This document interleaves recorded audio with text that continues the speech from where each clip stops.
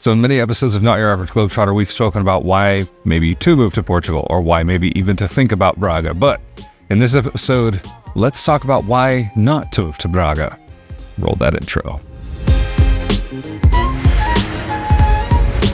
Hello there, I'm Rafael Furia, and welcome back to another episode of Not Your Average Globetrotter. In many episodes of this podcast, we've spoken about some of the wonderful things about this country and what it can offer to people, and I always like to keep things a bit balanced, and even the past couple of weeks I've been focusing on some of the realities. And so let's focus a little bit more specifically on some of the realities that one might find in Braga, and some of the things that could be found that might be a living hell for one person might be another person's dreams. So this is something to take into consideration, so take anything that I'm saying in this episode with a grain of salt, and you will definitely need to experience it for yourself, just like anywhere else on earth. But the first thing that I will say is that for people who are maybe on the single side and not university age, this might not necessarily be the perfect place to come to. I can say, as somebody in his early 30s who is single, that there are definitely better places to be. And while I could just leave it at that, I will say that if you are in maybe the cities or something, that could be a little bit more ideal. But in a place like Braga, while it is wonderful, if you're not in the university or you don't move here with your partner, then you may find things at times slightly isolating. I know plenty of people here who do love living here, but I can say the people that I know who really enjoy it more so are those who came here with a wife, with a husband, with a partner, with whatever, somebody in their life that is there with them. But the people who I know who end up being on the more single side end up having a repeated thought that I've heard from multiple people completely separate that don't know each other, that they are ready to maybe move to a place like Porto. But of course you have to consider in Porto, or even Lisbon, that things are a bit more expensive. But this actually kind of takes me into my next point, because we've spoken about it in many episodes, is that here in Portugal, the cost of living has been going up. But I just read something quite recently that the costs have been kind of normalizing and equalizing. And even in a city like Lisbon, the prices have started going down for costs of living, at least when we're talking about apartments. But in Braga, they have gone up by 1.6%. So we don't need to go into the details about when and how long and all of this and that, but it is interesting to see that Lisbon is starting to go down while Braga is not quite headed that direction, at least not yet. So if you are looking for cheap housing, this could be one place that might not be the most ideal. You can find housing that is maybe low cost in comparison to other places that you've lived, but it might not be as cheap as what you may have imagined coming to this country would be like. So talking about living, if you're looking for a place where you're right next to the ocean, Braga is definitely not it. Just a little bit north of Braga, there is a kind of large river that you can go, and there's some river beaches there, but we're not on the ocean here. If you do want to drive, you've got like, what, half an hour, like maybe 40 plus minutes to get to the ocean by car. If you're trying to go by public transportation, it's a whole different story. But I will say for the river beaches, you can find public transportation to get out there, or even if you wanted to get like an Uber or something. I mean, getting back, that might be a little bit of a problem just because it's a little bit further out of the city, but not that it's impossible. And everybody has their thing that they like to do, because so you might not be the type of person who's looking for outdoorsy stuff, or maybe not at least at the beach. And if you want to get up into the mountains and do a little bit of hiking, there are some mountains around Braga where you can go and do that, or you can get a little bit outside of the city and have some beautiful countryside around you. But one other factor that you could take into consideration if you're the type of person that really enjoys getting out in the evenings and really going and partying and all that kind of stuff, totally not my thing. Clubbing here, if you're the type of person that enjoys going to discos and clubs, it might not be the most ideal for that. While I've been to some of the clubs here, I haven't been to all of them. And I won't even get into my opinions on clubs in this episode. But you do have a feeling when you go in that it's like, I don't know how to explain it, but in small town Europe, and Braga is not necessarily a small town, it's a small city. It feels like going into a club that's in a small town, like a small town bar in a way. Even at some of the places that are kind of a little bit kind of larger, at least the ones that I've been to. There are a couple that I haven't been to, and maybe they're a little bit larger city feeling. But if you're looking for a lot of nightlife, then Braga might not be the perfect place. Not that there's no nightlife here, but if you are somebody who really, really needs that, then Porto would be a much better choice. Even Lisbon would be a much better choice. But if you are the type of person who is looking for kind of afternoon activities, there's plenty to do, and even to go out if you want to go to a show. Or, I mean, we have a couple of different performance halls here. There's one where there's actually some major names that come through to the city. There's another that maybe some not as major names come through, but it's you'll have like concerts and so on. But this kind of gets into another point. If you're the type of person that needs to have live music all around and all the time and so many options for different things, you can find some. But if you're into maybe stuff that's a little bit more out there, could be a little bit more difficult to find here. But also, just to bring it back to outdoor activities, if you're the type of person who really needs to be in the outdoors, northern Portugal might not be the most ideal for part of the year. You're going to have a lot of rain, or it can be. I'm not going to say you're always going to, but the north of Portugal is known to have a bit of rain, and you can have a bit of rain and it can get pretty cloudy. It's not going to always be like that. Although, for example, last year, it was a bit unusual from what I'm told. We had basically from September till February, almost straight rain. Like, you could probably count the amount of days that we didn't have rain on a hand, barely two. So if you've been promised that Portugal has 300 days of sunshine, Portugal might not exactly be that place that you're looking for, or at least not northern Portugal. But how is it that you're going to be able to pay for all of these things? As I've said in many episodes of Not Your Average Globetrotter, my recommendation is always, if you can figure out a way of working remotely, that's going to be the most ideal. You're going to find more options for helping to support yourself than you might in some countries in Southern Europe. And I'm not specifically saying about Portugal here, but if you are looking for work in English specifically, Braga might not be the best option for that. You might be able to find some jobs at some of the companies here that might offer a position or a couple of positions, but it's going to be very few and far between. And I can say I know a fair amount of people here, and out of those people here, out of the people who are working,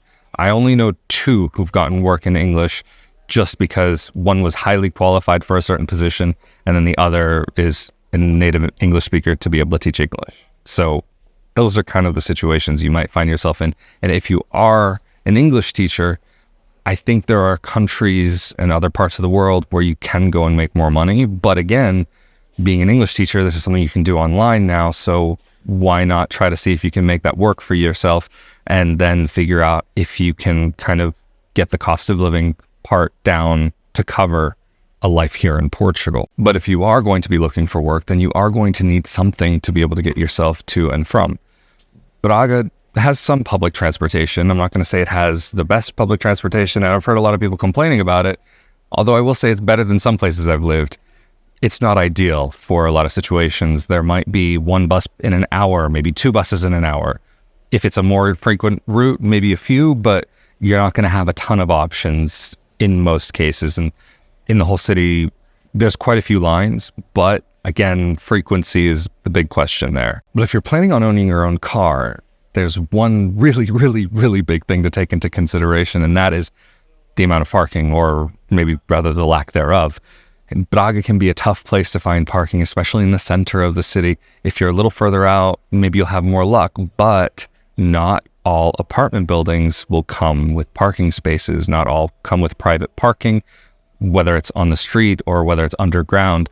In the center of the city, there are a few underground parking lots or quasi-underground parking lots. There's a couple from the city, and then there's, I think, 1 or 2 private parking lots. But one of the reasons why I don't own a car and why I'm not really going to try and get a license or anything is because it would actually make my life more complicated living in Braga to have a car than not to have a car.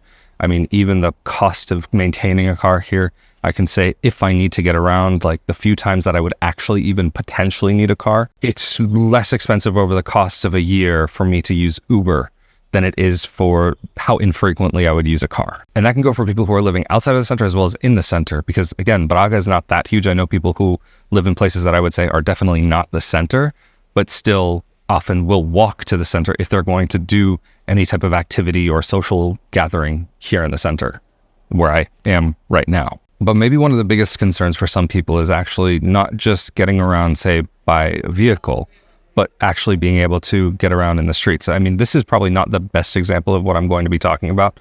This is actually probably one of the more flat streets, and you can't really tell in this video, but it kind of curves up on the side a little bit because this is actually running uphill. This is like the main pedestrian walkway behind me. The street that I'm on intersects with the main kind of pedestrian walkway here.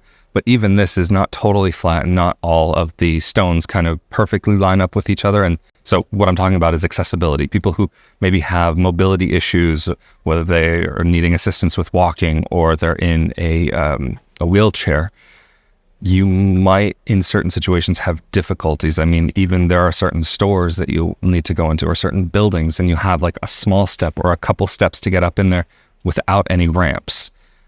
There's even places that I've seen that maybe might have a ramp, but it's old and bent out of shape and it completely unusable. Like, it almost defeats the purpose of having a ramp there. It actually is probably more of an impedance than a help to anybody, regardless of their mobility abilities. And so even if you are looking to rent an apartment, not all buildings will have an elevator. Not all buildings don't have stairs. Some do, but I would say it's maybe a little less frequent that you'll have more accessible locations. Not to say that a majority have or don't have elevators, but for the buildings that do have elevators, you may run into something where the elevators are actually quite small and the ability to fit a person with a wheelchair in there could depend. I think it could work. I mean, it will really depend on the size of the wheelchair or if you're using any type of electric assistance. Rascals and all those kinds of like little buggies are definitely not a thing out here. Sometimes you might see like an attachment on the front of a wheelchair, but the issue I'm really kind of talking about here is that not all elevators, especially in some of the older buildings or the older new buildings, will have a problem sometimes with the elevator where they won't perfectly match the level of the elevator and the level of the floor you're on. Sometimes you can have a little bit of a gap, sometimes no gap, and it might not even always be the same. Sometimes one might be higher than the other and you have a little step down or a little step up that you have to make sure you don't trip over. This is not, I'm going to say, uncommon or unheard of, but it's also maybe not necessarily going to be the norm. But one thing that can be the norm is not to have an elevator where the doors automatically open. It's quite common to have an elevator where maybe you have an inner door that opens automatically or folds, and then you have another one that you have to manually swing open. So if you're on your own and having a little bit of difficulty with mobility, then that could prove to be a little bit of an issue if you're stuck on the inside or outside and trying to open a heavy door. And then also, especially if it's not perfectly matched up with the level. And even for someone who doesn't have mobility issues, I've heard of people getting stuck in these elevators, having not really given the elevator enough time to kind of do exactly what it needs to do to think that it's finished, at least. And this last point, for some may be huge, for some may be absolutely nothing, but I do feel as though most of the conversations that I'm kind of in a group setting here, or end up overhearing in a group setting here, have something to do with the search for Mexican food. In Braga, I can't say there's a great international food scene, like a lively international food scene. You can get some things from certain parts of the world, but I'm going to say that even the Mexican place that I mentioned in a number of videos ago, where I was very happy that I found them, they were doing burritos and this and that and the other.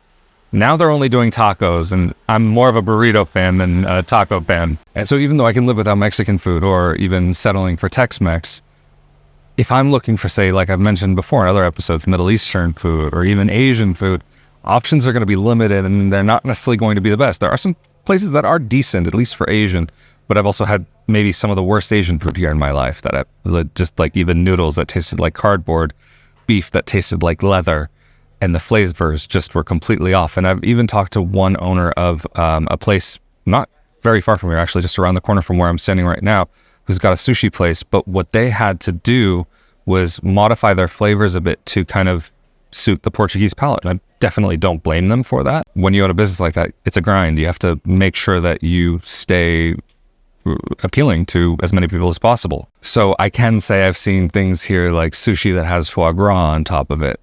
Personally, not my thing, but there are people out there that are into it. I prefer more traditional style sushi where it's just fish. And so they do have that as an option on their menu, that do you want the more traditional style or do you want the kind of more fusion style?